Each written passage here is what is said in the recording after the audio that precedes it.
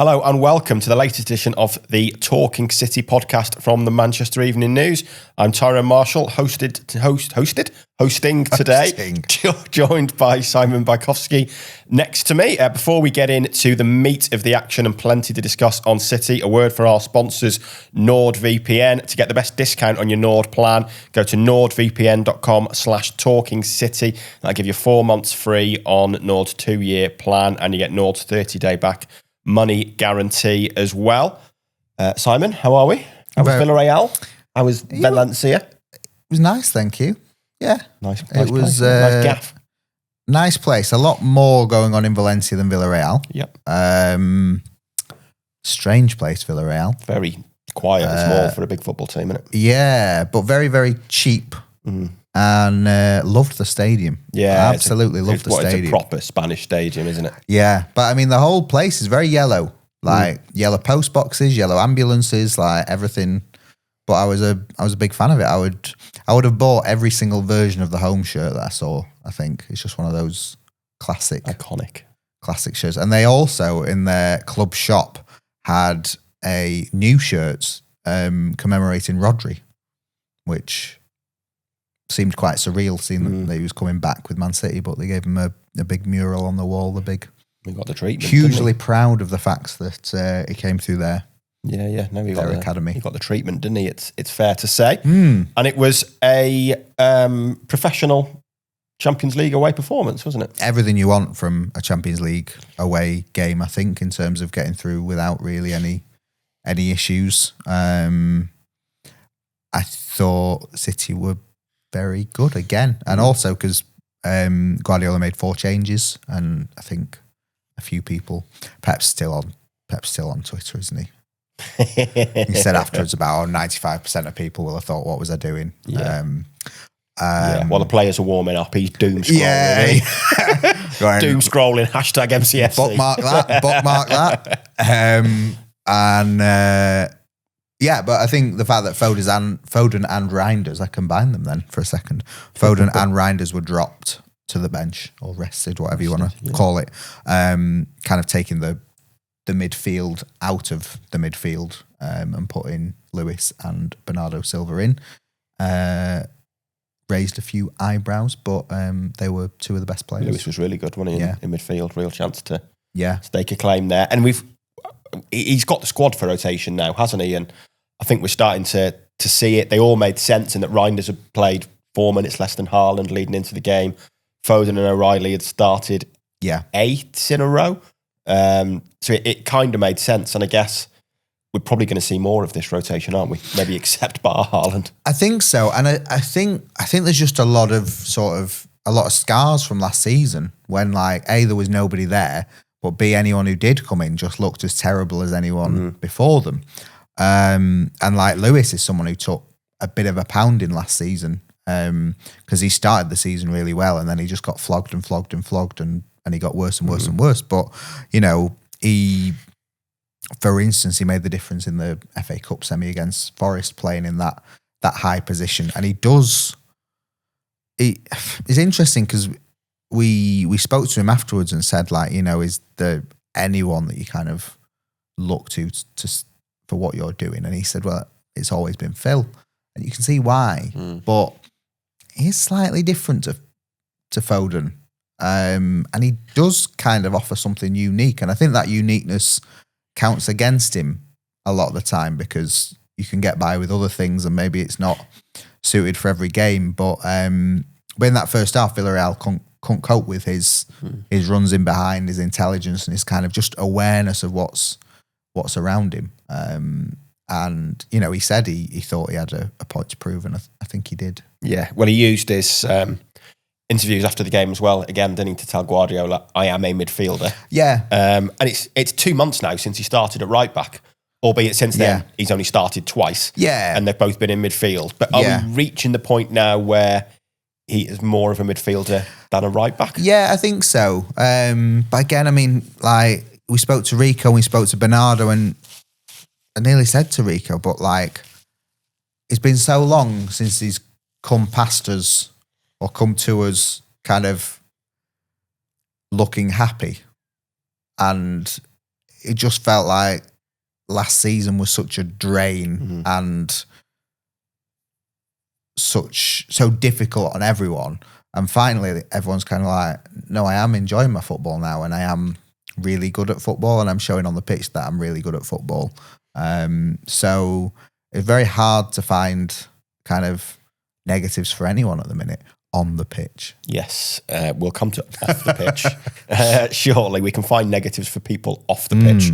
I mean, one of the reasons he hasn't started at right back for 2 months since the Tottenham game is that the other right backs have done pretty well. Kutanov had a really good run there, and it'll be interesting to see when he's fit where he plays.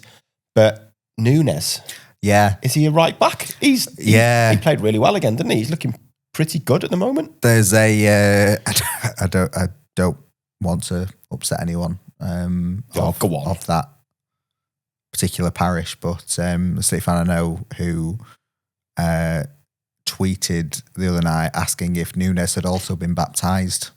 I thought, he does seem a man transformed. There was a moment in the first half where he made a block in the box, and I just assumed it was Diaz. It was done with that kind of command and authority. Was that the one quite early on when it was still 0-0 and they threatened to counter? Yeah. That caught my attention because he tracked the run really well, because I think it certainly came from a City attack. Yeah. And the centre-backs had kind of been taken out of the game, and it was Mikatadze, wasn't it? I think the striker who was running across, and Nunes tracked his run really well, and then, like you say, just used his strength to nudge him off the ball. Yeah. It was a proper bit of defending. Yeah.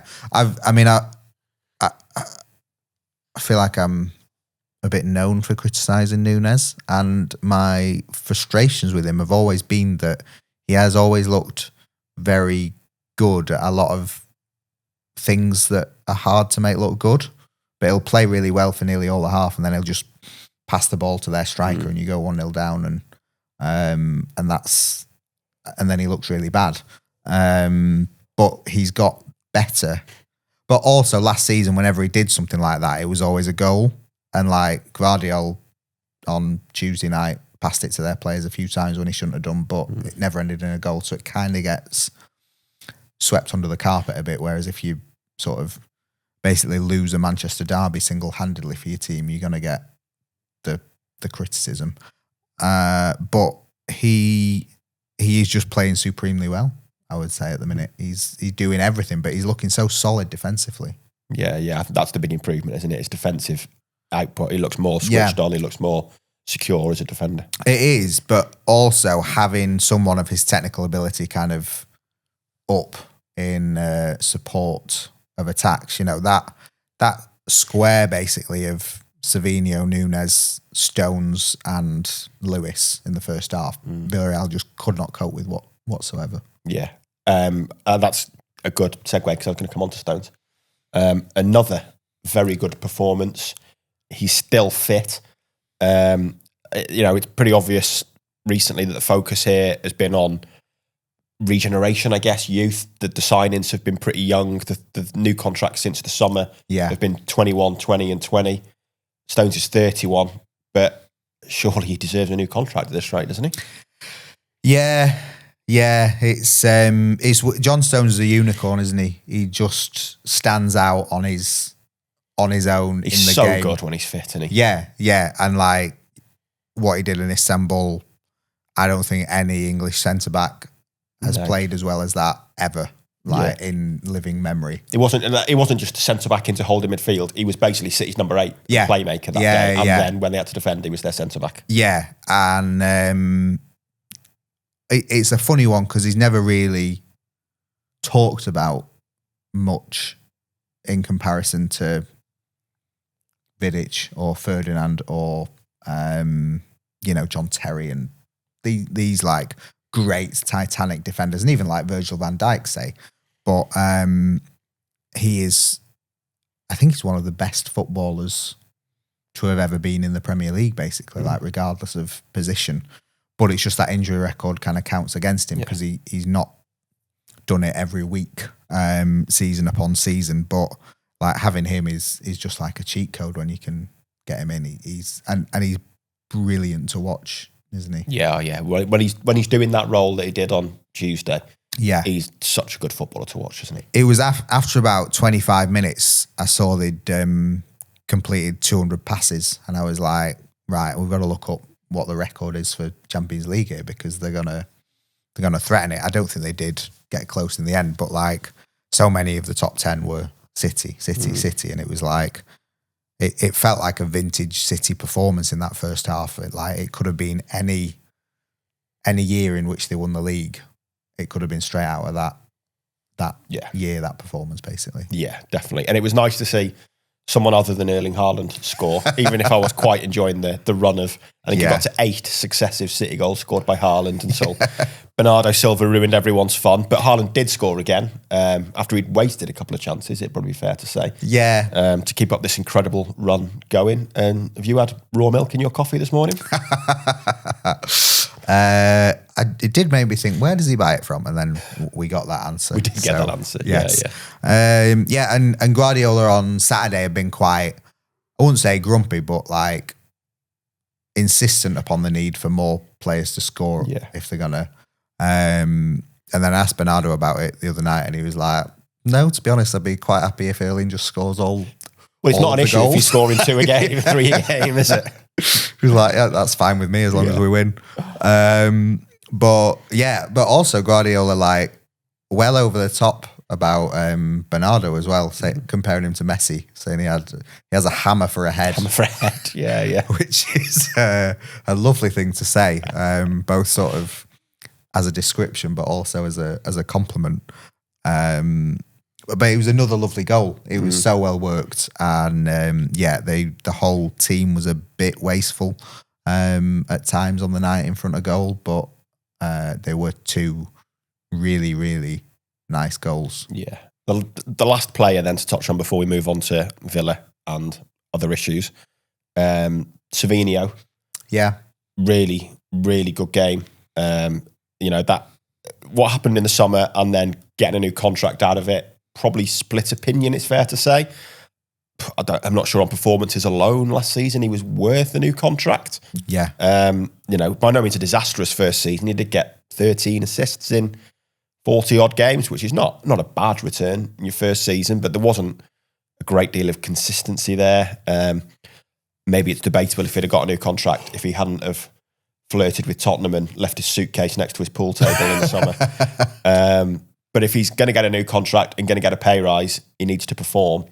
And it feels like after a pretty slow start, he is starting to perform this season. And that was, I don't know, maybe his best performance in a City shirt. Yeah, it feels, you're always worried about going overboard when you say things like that. But then you think, well, actually, he's only been here like 15 months. Yeah. And he didn't have that many standout performances last season. So, yeah, it was very good, very promising. And him doing what we've praised Doku for doing, essentially, which is turning kind of decent performances into game-changing performances with assists. Still needs to get on the score sheet more and assist more goals, but sort of two big steps in the right direction for him, I think. Yeah, definitely. Like I say, got an assist, was involved in the goal. He had both of their left-backs on toast, as they say, didn't he? Yeah, and it's kind of going to be like City going to come up against a lot of low blocks this season, and as they always have, and the preference at the minute for low blocks seems to be Doku and Savinho. So they're going to get a lot of ball in those games, and they have to make a difference, or they're going to stand out for looking bad because they're going to have a lot of the ball and do nothing with it. Yeah, absolutely. And then let's talk about Villa briefly then. Looking to make it 10 unbeaten. They've had 2 days extra rest than Villa. Sorry, I thought you meant Villa then. And I was no, Villa sure definitely they lost last night. Villa haven't even gone 24 hours unbeaten. City looking to make it 10 unbeaten. Yeah. They've had 2 days extra rest than Villa. Both had pretty standard, I guess, trips in the Champions League. Villa lost in go-ahead on Thursday night, a famously tough place to go. Is go-ahead a place? I don't know. I just pretend it is. It should be, shouldn't it? I'm presuming it's not. I couldn't tell you where it is. But let's pretend there's a place in the Netherlands called Go Ahead. It's a fantastic name, isn't it? It is a fantastic name. Go Ahead Eagles. Tricky place to go, and City were unpicked. Villa were unpicked. Villa did actually go ahead, but they lost the game. Yes. That was tortured, wasn't it? Yeah. What are we expecting? it feels like this is it is the kind of game City lost last year. Yeah. It feels like there's... Well, Villa had been picking up, hadn't they? I think they'd won 5 in a row before. They've been turning a corner, and it seemed like they played all right last night. The ball wouldn't go in. They missed a penalty, didn't they? Yeah. I think it will be tricky for City, and Villa are still a good team, but I don't think Villa are anywhere near as good as they were last season when City went there, and I don't think City are anywhere near as bad. So I think they will go there with optimism and with a goal machine up front, and, Foden or Reinders could come back in, but Lewis has done himself no harm, and Silva very good, and John Stone's very good, and it's kind of like the players that came in have all said, yeah, you can play me on Saturday if you want and we'll be fine. So it's a position of strength, and I feel like Villa last season for City was one of the weakest moments of the season when there was just nothing there. So I think it will be a very different feel to the game. Yeah, absolutely. I mean, the difference now, what Rodri, well, we're obviously doing Pep's press conference shortly, but Rodri and Kusanov, maybe Gonzalez now, the only players who might be absent, maybe one of them will be back. But you think it's a year, I think it's a year on Sunday since the Southampton game when they had 7 subs and 2 of them were goalkeepers. Yeah. The difference in squad depth is incredible. And we're seeing that turnaround. I mean, we spoke, you think back to the September international break, and we were making a big thing of the 3 results they'd had were the same as last season. Yeah. The performances, the way they'd lost the games at Tottenham and Brighton was similar. Now, they're 8 points better off than the corresponding games last season. If they beat Villa on Sunday, they'll be 11 points better off. It feels like that kind of speaks for itself, doesn't it? It does, and they've got a lot of work, they've got a lot of points to catch up on to sort of properly challenge for the title, because they were well off it last season. And also Arsenal, I think, something like 8 points ahead with their respective games. So you're trying to catch a team that finished ahead of you and is doing better. But all they can do is win the games. And I think Villa would probably be the best result in the league. I think you can argue between that and Arsenal, the draw. But, a positive result away at Villa would be one of the most significant, because I still don't think City are really being spoken about as contenders and the second in the league. No. Well, I think obviously Liverpool are attracting a lot of headlines because of what's going on. Yeah. It feels like everyone's kind of aboard the Arsenal bandwagon this year, and they do look. But that to me is so weird, because there was so much talk about the handbrake after, they just about managed to draw with City, having lost to Liverpool, and it was all like cautious Arteta, cautious.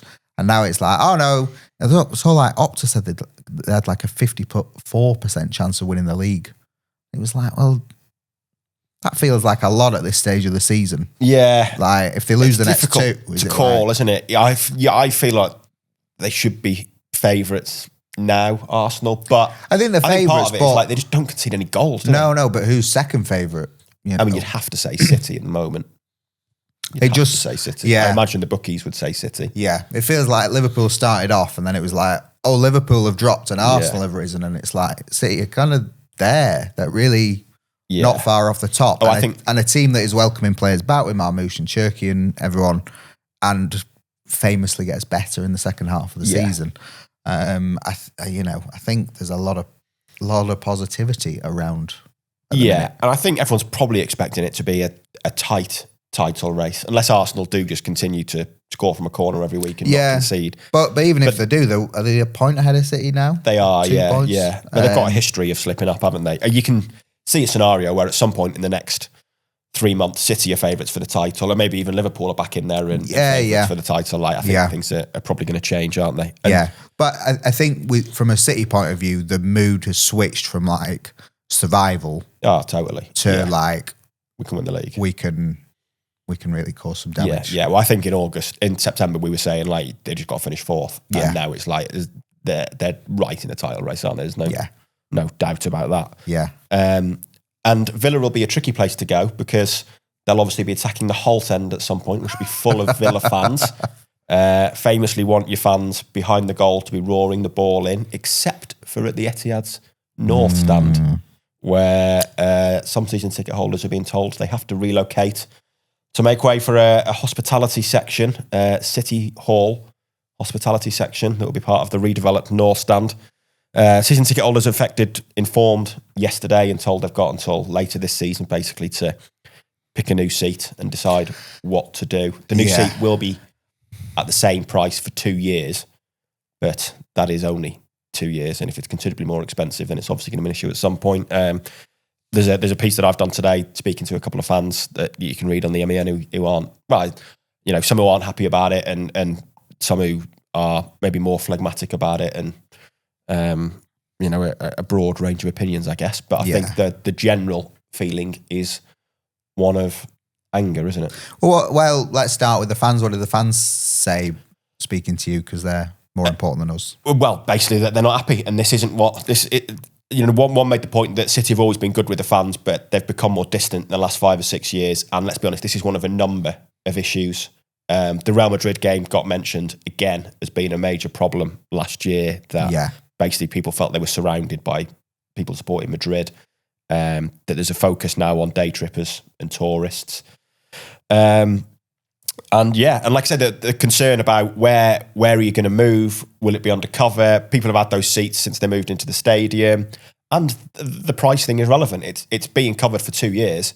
But if you're going from a seat behind the goal to a seat alongside the pitch, could be, I spoke to one fan who's got 4 season tickets. It could be £250 more expensive. Yeah. And all right, it's not an issue for 2 years, but it's going to be an issue at some point. It might be £1,000 a season more expensive.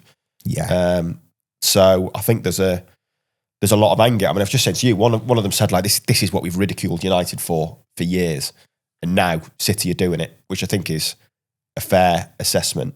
And in a way, I said United turfed out some hospitality fans in the Stretford end, which, I mean, it is ridiculous. United ever had hospitality blocks in the Stretford end in the first place. But they listened to the fans and learnt their lesson and changed that and moved them and gave that seat back to fans.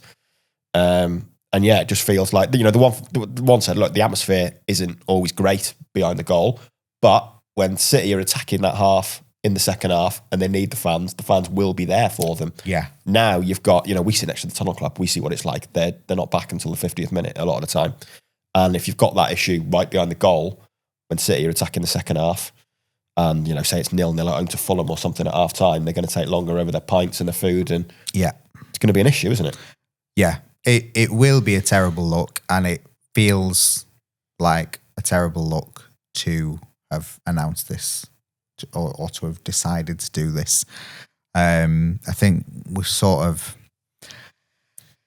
you've got to balance it out, and I think the club have taken a lot of positive steps since the height of the protests around April.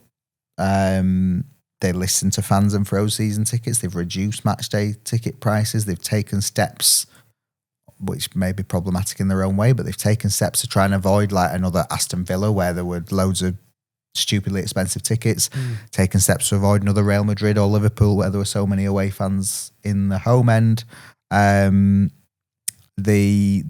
third party ticket sites continues to be an issue. And fans feel like the club could be doing more. But North Stand, the new expanded tier, there's a storm coming on it because, fans dreamed of a blue wall and it's not going to be that. And City kind of played up to the blue wall. Calhoun didn't play it down, did he? So City know that for that reason, people are going to be angry when they announce exactly the makeup of the top tier, and they can say, "Oh, there's 4,000 new flexi season tickets in the stadium," and again, they've moved to make flexi season tickets better, and some of them will turn into traditional season tickets, but it's still not all traditional season tickets in the new sense. So that has an issue for some people as well. But they know this is coming up here. And just before this comes, they've said, "Oh, by the way, all you lot who've been sitting here, bad news." It's literally putting hospitality front and centre of the Etihad. So it's not a good look. And Khaldoon Al-Mubarak, the chairman, made a lot of strong comments in summer that were well received, where he said, the local supporters are the foundation of this club, and the trust between us and those supporters is absolutely fundamental to us. It's always a moving thing, and the club get credit for some things and criticism for other things. This has swung it towards more criticism, and the club have work to do now to make it, to undo some of that, I think. And it's okay saying that, but let's be honest, I don't think City are alone in this, but certainly the elite level clubs in this country, they just don't want season ticket holders anymore. They don't want season ticket holders. They want the stadium filled with day trippers or hospitality sections. And it's kind of like, I don't want to sound like your granddad here and be railing against modern football, but it does just kind of sum it up, doesn't it? That it's just like unbelievable levels of greed, and like at what point does it just stop and say, look, do we really need any more money? City are not struggling from a PSR point of view. They are not close to breaching financial fair play rules. Yeah. Do they really need this? And, it's been pointed out to me by a number of people that they're now offering like season ticket holders 4 tickets for the Bournemouth game, which is a 4:30 on Sunday on Sky, and that's next Sunday.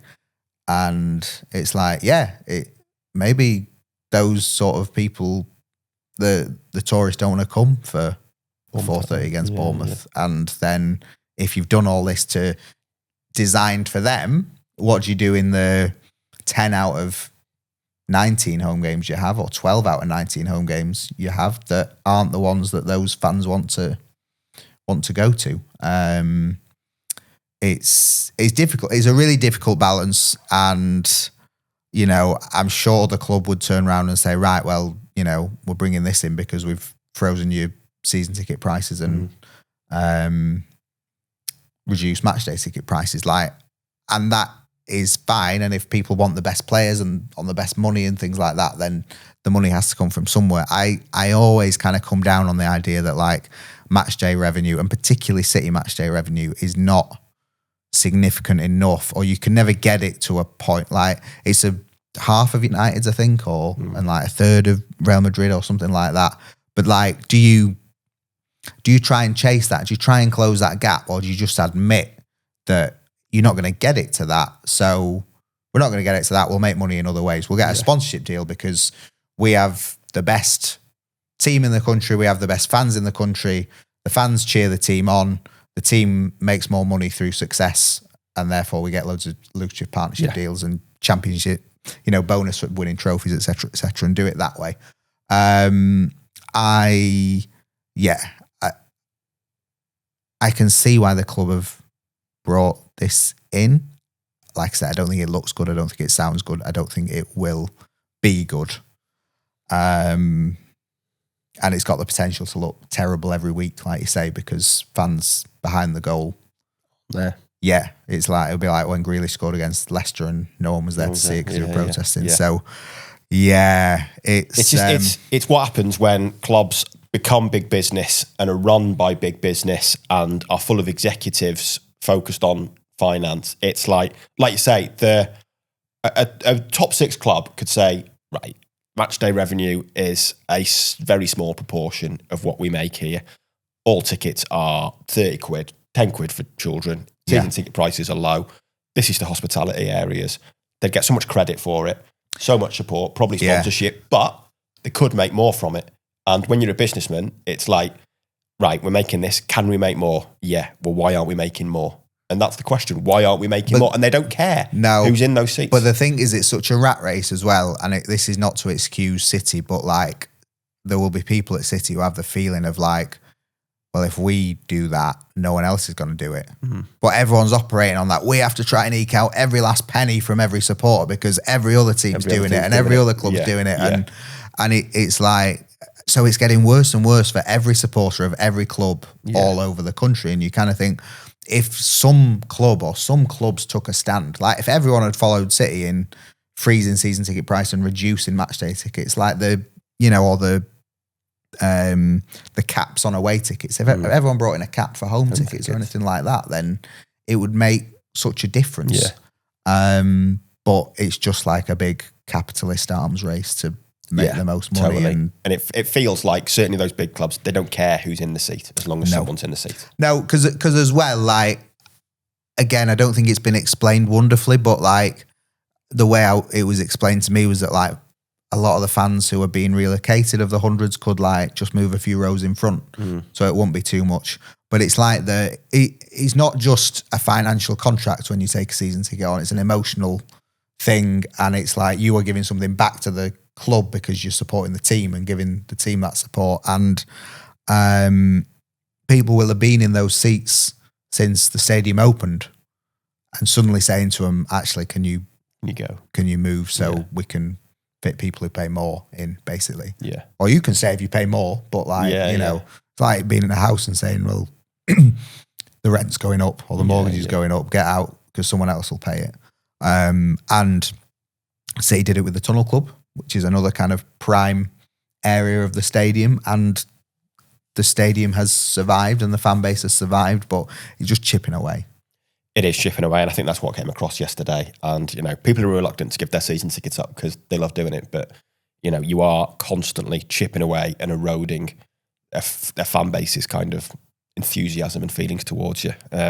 Anyway, we've got a press conference to get to. So that's all for today. I hope you enjoyed that discussion. Please give us a comment if you do, and give us a comment and let us know your views on the ticketing issues. I'm sure it's something we'll be coming back to on future podcasts. Remember to like us as well and subscribe on YouTube or in your podcast feed. And we'll be back. I won't be because I am off next week, but we'll be back on Monday with a review of the Villa game and a look ahead to Si's lovely trip to Swansea.